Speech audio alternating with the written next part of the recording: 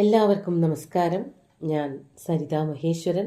ഇന്ന് ശ്രീകൃഷ്ണവിലാസ മഹാകാവ്യത്തിൻ്റെ 6-ാമത്തെ സർഗത്തിലെ 33, 34 എന്നീ 2 ശ്ലോകങ്ങളാണ് നമ്മൾ പഠിക്കുന്നത്. 2 ശ്ലോകങ്ങളിലും അനുഷ്ടുപ്പ് വൃത്തമാണുള്ളത്. ഇന്ദ്രൻ തൻ്റെ സദസ്സിലിരുന്നു കൊണ്ട് ശ്രീകൃഷ്ണനോടുള്ള ദേഷ്യം പറഞ്ഞു തീർക്കുകയാണ് ചെയ്യണത്. മറ്റു ദേവന്മാരൊക്കെ കാണികളായിട്ട് ഇരിക്കുമ്പോൾ തനിക്കെതിരായിട്ട് എന്തുകൊണ്ടാണ് കൃഷ്ണൻ ഇങ്ങനെ അഹങ്കാരം കാണിക്കണത് എന്നുള്ളതൊക്കെയാണ് ഇന്ദ്രൻ ദേവന്മാരോട് പറയണത്.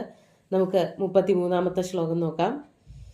യതി കൃത്വാ മയി ദ്വേഷം ക്ഷണം ജീവേയുരീദൃശാ ദാനവാരണ്യകാലാഗ്നിം ധിഗ്വജ്രം ധിക്ചകാർമുകം. ആദ്യം പദച്ഛേദം പറയാം. യതി കൃത്വാ മയി ദ്വേഷം ക്ഷണം ജീവേയു ഈദൃശാഃ ദാനവാരണ്യകാലാഗ്നിം ധിക് വജ്രം ധിക് ച കാർമുകം. ഇന്ദ്രൻ തൻ്റെ പ്രഭാവം എത്ര കണ്ടുണ്ട് എന്നുള്ളത് പറഞ്ഞറിയിക്കുകയാണ്, മറ്റുള്ള ദേവന്മാരുടെ മുമ്പിൽ അറിയിക്കുകയാണ് ചെയ്യണത്. ഇവിടെ ഗോകുലത്തിലെ ആൾക്കാരെ പറ്റിയിട്ട്, കൃഷ്ണനടക്കമുള്ള ഗോപാലകന്മാരെ പറ്റിയിട്ട് പറയുകയാണ്. യതി മയി ദ്വേഷം കൃത്വ, ഇപ്രകാരം ഇങ്ങനെയൊക്കെ എന്നോട് കലഹിച്ചുകൊണ്ട്, അതാണ് മയി ദ്വേഷം കൃത്വ, എന്നോട് ദേഷ്യം പ്രകടിപ്പിച്ചുകൊണ്ട്, എന്നോട് ദേഷ്യം കാണിച്ചുകൊണ്ട് ഇരിക്കുകയാണ് എന്നുണ്ടെങ്കിൽ ഈദൃശാഹ, എൻ്റെ മുമ്പിൽ കാണുന്നവരായിട്ടുള്ള ഈ ഗോപന്മാരെല്ലാവരും തന്നെ, ഗോകുലത്തിലെ വാസികളെല്ലാവരും തന്നെ ക്ഷണം ജീവേയു, വളരെ കുറച്ച് കാലത്തേക്ക് മാത്രമേ അവർക്ക് ജീവൻ ധരിക്കാൻ പറ്റുള്ളൂ, അവർ ജീവിക്കുള്ളൂ. എന്നോട് ദേഷ്യവും വെച്ച് പുലർത്തിക്കൊണ്ട് അവർക്ക് അധികകാലമൊന്നും ജീവിക്കാൻ പറ്റുമെന്ന് അവരൊന്നും വിചാരിക്കേണ്ട എന്നാണ് ഇന്ദ്രൻ അഹങ്കാരത്തോടു കൂടി പറയണത്. അതാണ് മയിദ്വേഷം കൃത്വ. യതി മയിദ്വേഷം കൃത്വ, എന്നോടിങ്ങനെ ദേഷ്യപ്പെടുകയാണ് എങ്കിൽ ഈദൃശാഹ, ഈ മുൻപിൽ കാണുന്നവരായിട്ടുള്ള, ചൂണ്ടിക്കാണിക്കണ പോലെയാണ് പറയണത്, മുമ്പിൽ കാണുന്നവരായ ഈ ഗോകുലവാസികൾ എല്ലാവരും തന്നെ ക്ഷണം ജീവേയു, അല്പകാലം മാത്രമേ ജീവൻ ധരിക്കുകയുള്ളൂ, അതായത് കുറച്ചു കാലം കൂടി മാത്രമേ ജീവനോടെ ഇരിക്കുന്നുണ്ടാവുള്ളൂ. എന്തുകൊണ്ട്? ഞാൻ അവരെ എതിർക്കാൻ പുറപ്പെടുകയാണ് എന്നുള്ളതാണ് അതിൻ്റെ അർത്ഥം. എന്നിട്ട് പറയാണ്, എനിക്കിപ്പോ പ്രയോഗിക്കാൻ പറ്റണില്ലല്ലോ എന്നുള്ളതാണ് വിഷമം എന്നുള്ള പോലെ പറയാണ്. ദാനവ ആരണ്യകാലാഗ്നിം വജ്രം ധിക് കാർമുകം ച ധിക്. ദാനവ അരണ്യ കാലാഗ്നി, ദാനവന്മാരാകുന്ന അരണ്യത്തിന്, ദാനവന്മാരെന്ന് പറഞ്ഞാൽ അസുരന്മാരാകുന്ന കാടിന് എങ്ങനെയാണോ അന്തകനായിട്ടുള്ള അഗ്നിയായി ഭവിക്കുന്നത്, ആരെ പറ്റിയാ വർണ്ണിക്കണതെങ്കിൽ വജ്രായുധം, ഇന്ദ്രന്റെ കയ്യിലുള്ളതായ വജ്രായുധം എന്ന് പറയുന്നത്, ആ ആയുധം അസുരന്മാരുടെ നേർക്ക് പ്രയോഗിച്ചാൽ അസുരന്മാരുടെ കഥ കഴിയാണ് പതിവ്. അതാണ് ദാനവന്മാരുടെ കാട്. അത്രയ്ക്കധികം ദാനവന്മാരുണ്ടെങ്കിലും അവരെ മുഴുവനും വധിക്കാൻ തക്കവണ്ണം കെൽപ്പുള്ളതായ എൻ്റെ ഈ വജ്രായുധമുണ്ടല്ലോ, അതിനിപ്പോൾ ഒന്നിനും കൊള്ളില്ല. ധിക് എന്നാണ് പറയണത്, കഷ്ടം തന്നെ, അത് പ്രയോഗിക്കാൻ കൊള്ളില്ല എന്ന് വേണമെങ്കിൽ പറയാം, അല്ലെങ്കിൽ അതിൻ്റെ ഒന്നും എനിക്ക് ആവശ്യമില്ല എന്നുള്ള അർത്ഥത്തിലുമാവാം. ദാനവാരണ്യ കാലാഗ്നിം വജ്രം ധിക്, ഒപ്പം തന്നെ പറയാണ് കാർമുകം ച ധിക്, എൻ്റെ ഈ വില്ലും അതും കഷ്ടം തന്നെ, അതിനെയും ഞാൻ ഉപേക്ഷിക്കുകയാണ്, എനിക്ക് ഇവരൊന്നും വേണ്ട എന്നുള്ള അർത്ഥത്തിലാവാൻ പറഞ്ഞത്. അതായത് ഇന്ദ്രന്റെ ഏറ്റവും വലിയ ആയുധങ്ങൾ എന്ന് പറയുന്നത് ഇവരൊന്നുമല്ല, ശക്തമായിട്ടുള്ള ആയുധം എന്ന് പറയുന്നത് മേഘങ്ങളാണ്. അപ്പോൾ കാർമേഘങ്ങളെ ഉപയോഗിച്ചുകൊണ്ട് തന്നെ ഗോകുലത്തിനെ നശിപ്പിക്കാൻ പറ്റും, എനിക്ക് വജ്രായുധത്തിൻ്റെയോ വില്ലിൻ്റെയോ അമ്പിൻ്റെയോ ഒന്നും ആവശ്യമില്ല എന്ന് പറയാനായിരിക്കണം കവി ഉദ്ദേശിച്ചിരിക്കുന്നത്. ഇവിടെ അർത്ഥം ഇങ്ങനെ 2 തരത്തിലും പറയാൻ പറ്റും. ഇപ്പോൾ ആയുധങ്ങളൊന്നും പ്രയോഗിക്കാൻ പറ്റണില്ലല്ലോ എന്നുള്ളത് കൊണ്ട് ധിക് എന്നുള്ള പദം ചേർത്ത് പറയാം. അങ്ങനെ പറയുമ്പോൾ ദ്വിതീയ വിഭക്തിയാണ് പ്രയോഗിക്കേണ്ടത്. ധികിത്യസി യോഗേ ദ്വിതീയ. അതാണ് ദാനവാരണ്യ കാലാഗ്നിം വജ്രം ധിക്, ദാനവന്മാരുടെ കൂട്ടങ്ങളെ നശിപ്പിക്കാൻ വേണ്ടി ഉപയോഗിക്കുന്ന വജ്രായുധം തുലഞ്ഞു പോട്ടെ, വജ്രായുധം എടുത്തില്ലെങ്കിലും വേണ്ടില്ല.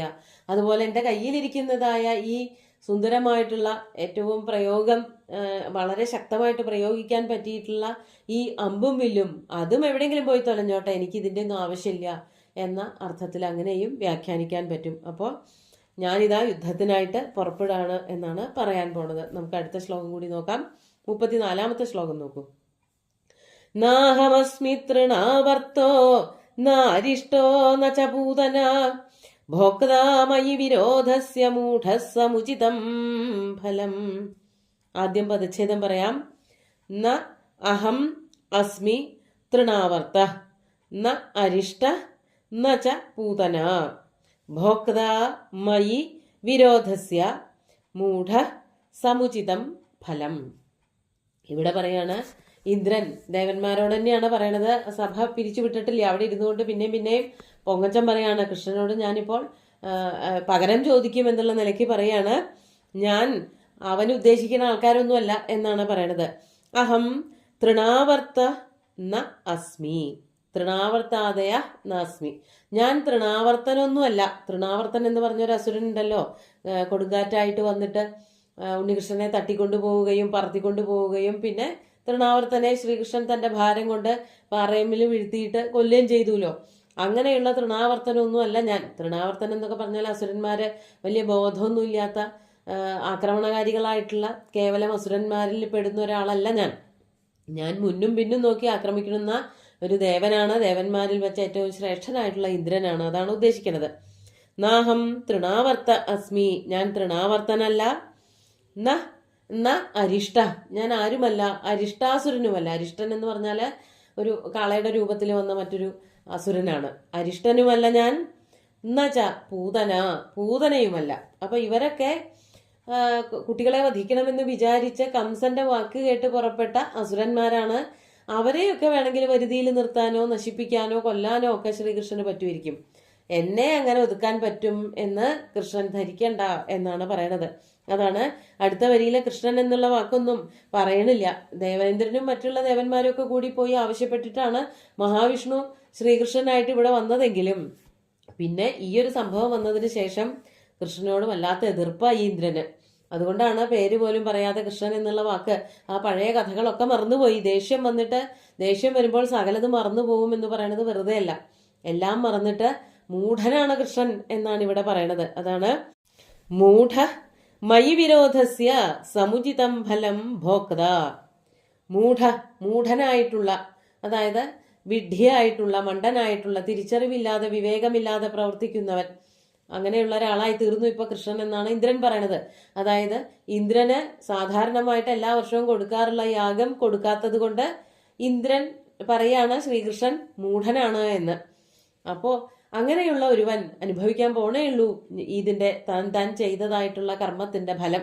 അതാണ് മൂഢ മയി വിരോധസ്യ, എന്നിലുള്ള വിരോധത്തിന്റെ, എന്നോട് കാണിക്കുന്നതായ ഈ പകയുടെ അല്ലെങ്കിൽ വിരോധത്തിന്റെ ഫലം, സമുചിതം ഫലം, ഏറ്റവും ചർച്ചയുള്ളതായിട്ടുള്ള ഒരു ഫലം. എന്നോട് ഇങ്ങനെ പക കാണിച്ചാൽ തിരിച്ചു ഞാൻ അതേപോലെ തന്നെ പണി കൊടുക്കും എന്ന് പറയണതാണ് അത്. അതാണ് സമുചിതം ഫലം ഭോക്ത, അത് ഭുജിക്കുക തന്നെ ചെയ്യും. അത് ലൃട്ടാണ്. അനുഭവിഷ്യതി ഇത്യർത്ഥ, അതായത് ഭാവിയിൽ വലിയ വൈകാതെ തന്നെ അവൻ അതിനുള്ള ഫലം അനുഭവിക്കും. ചീത്ത പ്രവൃത്തി ചെയ്താൽ അതിന്റെ ഫലം എന്തായാലും അനുഭവിക്കും. എന്നോട് പക വച്ച് പുലർത്തിയതിന് അതിനുള്ള ഫലം ഞാനിതാ കൊടുക്കാൻ പോവുകയാണ് എന്നാണ് ഇന്ദ്രൻ മറ്റു ദേവന്മാരുടെ മുമ്പിൽ വെച്ച് ശ്രീകൃഷ്ണനോടുള്ള പക കൊണ്ട് പറഞ്ഞത്. ഞാൻ അസുരന്മാരുടെ കൂട്ടത്തിലൊന്നും പെടുന്ന ആളല്ല, ഞാൻ ഇന്ദ്രനാണ്, ദേവേന്ദ്രനാണ്. എന്നെ അവൻ അറിയില്ല, നല്ലവണ്ണം ശരിക്കും അറിയില്ല. ഞാൻ എന്തെങ്കിലും ഒന്ന് മനസ്സിൽ കരുതിയിട്ടുണ്ടെങ്കിൽ തീർച്ചയായിട്ടും അതിനനുസരിച്ച് പ്രവർത്തിക്കുകയും ചെയ്യും.